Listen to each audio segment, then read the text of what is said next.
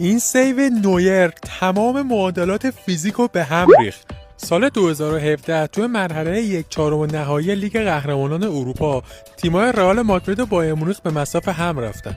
توی یه صحنه رونالدو توی فاصله 18 متری با دروازه که فاصله خیلی کمی هم بود یه شوت خیلی پرقدرت میزنه که نویر با یک دست توپو مهار میکنه. این صحنه باعث تعجب پژوهشگران و فیزیکدانان شد چون نکات خیلی جالبی داشت. اول اینکه فاصله فقط 18 متر بود و از زمان شلیک توپ تا مهارش فقط 0.3 ثانیه طول کشید.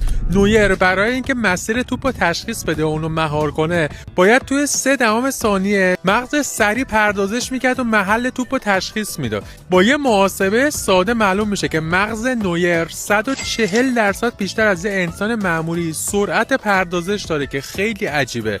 اما نکته دیگه اینه که این شوت خیلی قدرت داشت و سرعتش هم به 125 کیلومتر در ساعت میرسید. اونم توی فاصله فقط 18 متری به دست نویر برخورد کرد.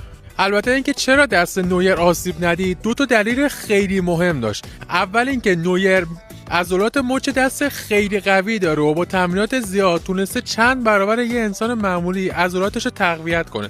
و نکته دوم که خیلی جالب تره تکنیک مهار توپش بود. نویر وقتی که میخواست توپ رو مهار کنه یه مقداری دست خودش رو به عقب کشید که زمان برخورد توپ با سطح دستش رو افزایش بده.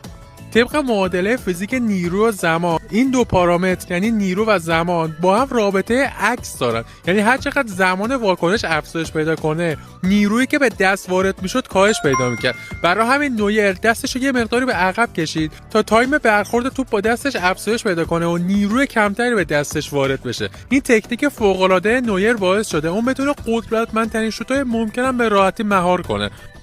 حالا به نظرتون بهترین دروازه‌بان تاریخ فوتبال کیه؟ تو کامنت بنویسید.